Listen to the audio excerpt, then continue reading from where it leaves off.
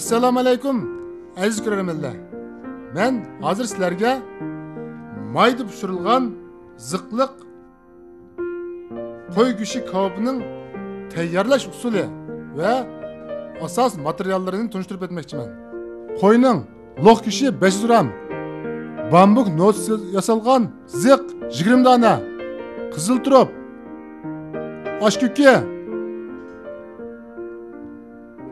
ya'ni bir baş piyaz, tuxum, bir dona, xurishli, tuz, aqmoch, tetqo, zira, qizilmuch uni, yo'l kraxmal, sumay qatorliq materiallar bilan tayyorlab chiqamiz.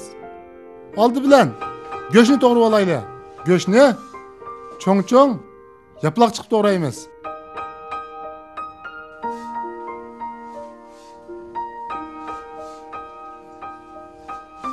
Go'shtni to'g'rab bo'ldik. Go'shtni bir qachiq ilib,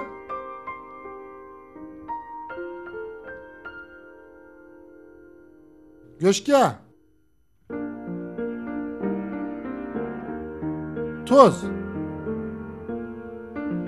tuz bir bal qo'shiq, aqmoch yarim bal qo'shiq, ya'ni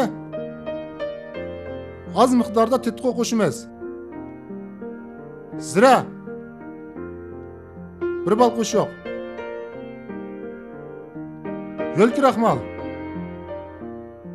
muvofiq miqdorda tuxumning eqidan biroz qo'shib aralashtiramiz.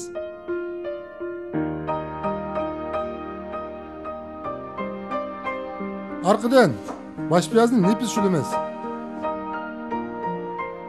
Go'shtga qo'shib, qizil mushdan bir bal qo'shiq yana aralashtiramiz. Qancha aralashtirsangiz shuncha ko'pib yumron chiqadi.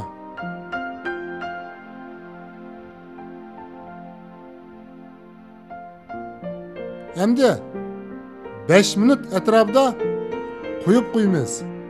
Tam ichiga singishidi.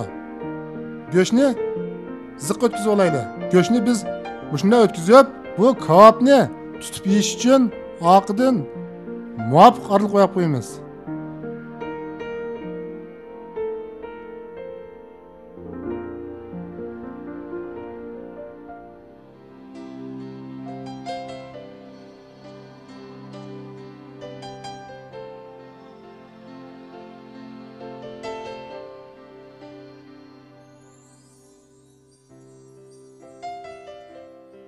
Kabobni o'tkazib bo'ldik. O'choq o't yoqib, qozon qizg'anda qozonga 1,5 kilo atrofida may qo'yamiz, ya'ni kabob chilashqidak. May qizg'ichorlikda biz bu turibda bir dona sho'xiq gulsanchi olaylik. Nepiz mana shunday shulib olamiz. Bu turibni o'rab, sho'xini mana o'tkazib, yana birisini matrapni o'tkazib, yana bir dam turibni mana bunday o'tkazamiz.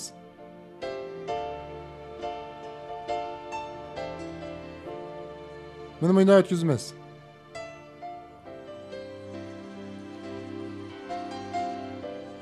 Yana bir dam turibni mana matrapga o'tkazamiz.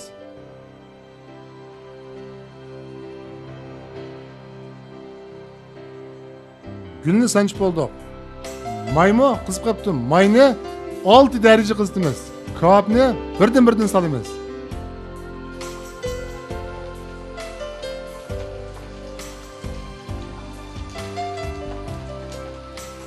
Bu kabobni bo'sh o'tda singishtirib, oldirmay pishiramiz.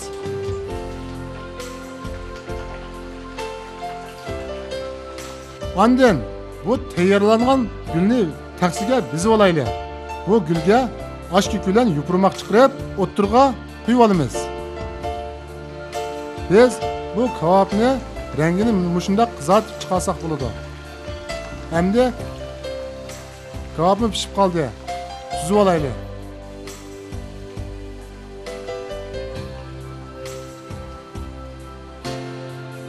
Pishqandan keyin kabob qiziq vaqtda biz zira aralashma dermak yasolaydi. Zira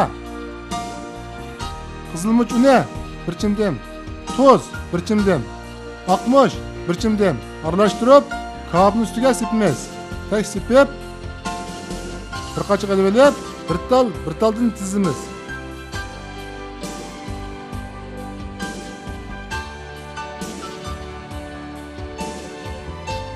Mana bu kabob tayyor bo'ldi.